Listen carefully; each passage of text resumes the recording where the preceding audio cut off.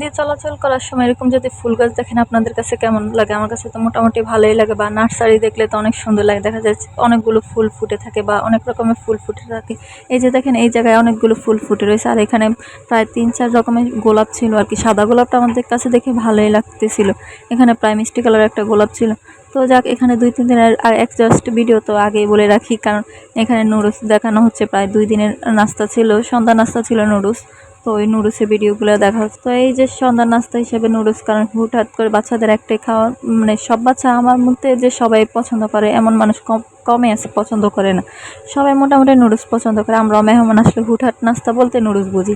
ডিম দিয়ে রান্না করি বা মাংস দিয়ে, যাই দিয়ে রান্না করি না কেন, নুডলসই বুঝি। রাইসাকে দিলাম বাটিতে, আর আমি আরেকটা প্লেটে নুডলস নিয়ে নিলাম খাওয়ার জন্য। এই যে দেখেন ডিম দিয়ে রান্না করা হয়েছে সন্ধ্যার নাস্তা হিসেবে। রাইসাও পছন্দ করে, আমিও মোটামুটি পছন্দ করি। আমার কাছে এখন আর ভালো লাগে না। একসময় অনেক নুডলস খেয়েছি, এখন আর ভালো লাগে না। স্কুল জীবনে তো মনে হতো যে টিফিন মানেই নুডলস, কারণ প্রত্যেকটা মেয়ে যতগুলো স্টুডেন্ট থাকতো সবগুলোই নুডলস নিয়ে যেত। দেখতাম যে হয়তো হাতে গোনা 2-1 জন ছাড়া। এখন বাচ্চারা শর্টকাট নাস্তা হিসেবে বা যাই বলে না কেন, আমরা নুডলসই বুঝি। স্টুডেন্টরা তো নুডলস ছাড়া কিছু, স্কুল জীবনে কত যে নুডলস খাইছি আল্লাহ জানে একমাত্র।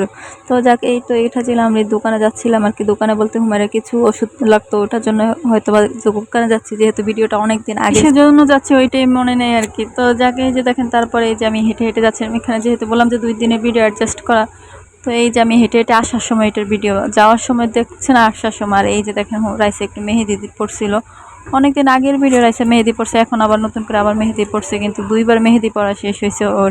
মেহেদি দেখলে ওর কিনতে মন চায় আর পড়তে মন চায়। তো রাত্রেবেলায় যে দেখেন আমরা রাস্তা দেওয়া হয়েছে, আমি সাথে 2টা বোম্বা মরিচ, 2টা না সরি 4টা আর কি দিয়ে দিয়েছি, যাতে এক্সট্রা করে আচারের তো একটা ফ্লেভার আসে বোম্বা মরিচের। বোম্বা মরিচটা দেওয়ার সাথে সাথে দেখেন কি সুন্দর লাগতেছে আচারের কালারটা। আমার কাছে কিন্তু আচারের কালারটা অনেক ভালো লাগতেছে। আপনাদের কাছে কেমন লাগতেছে জানাবেন। আমার কাছে আমরা রাস্তা মোটামুটি ভালোই লাগে, কিন্তু বেশি দিন থাকে না, এটাই হচ্ছে মেন।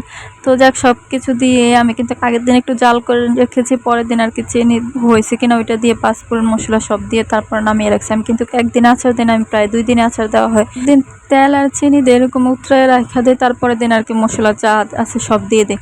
কারণ দেখা যায় চিনি ভালো মতো আচারের ভিতরে ঢুকে কিনে, এটাই হচ্ছে মেন। আর আমরা আচার তো দেখা যায় আমরা বড় বড় করে ফিস দেওয়া হয় বা আস্ত করে দেওয়া হয়। আমি তো আস্ত দিয়েছি, আস্ত দেওয়ার চেষ্টা করছি, কারণ মানে ফিস করে দিলে ভালো লাগে না ছোট ছোট দেখতে।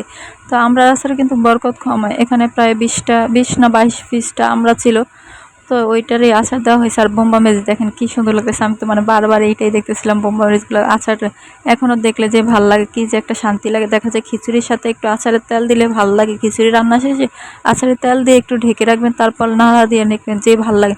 তো এই জন্য বোম্বা মরিচটা দেওয়া, যেহেতু খিচুড়ির সাথে বা এক্সট্রা অন্য কিছুর সাথেও খাওয়া হয়, মুড়ি মাখালেও দেখা যায় আচারের তেল দিলে ভাল লাগে। জানি না কার কাছে কেমন লাগে।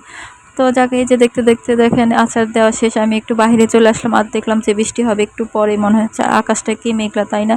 আর এরকম মেঘলা আকাশ দেখতে কার কার ভালো লাগে। আজকে ভিডিও পর্যন্ত, আল্লাহ হাফেজ, ভালো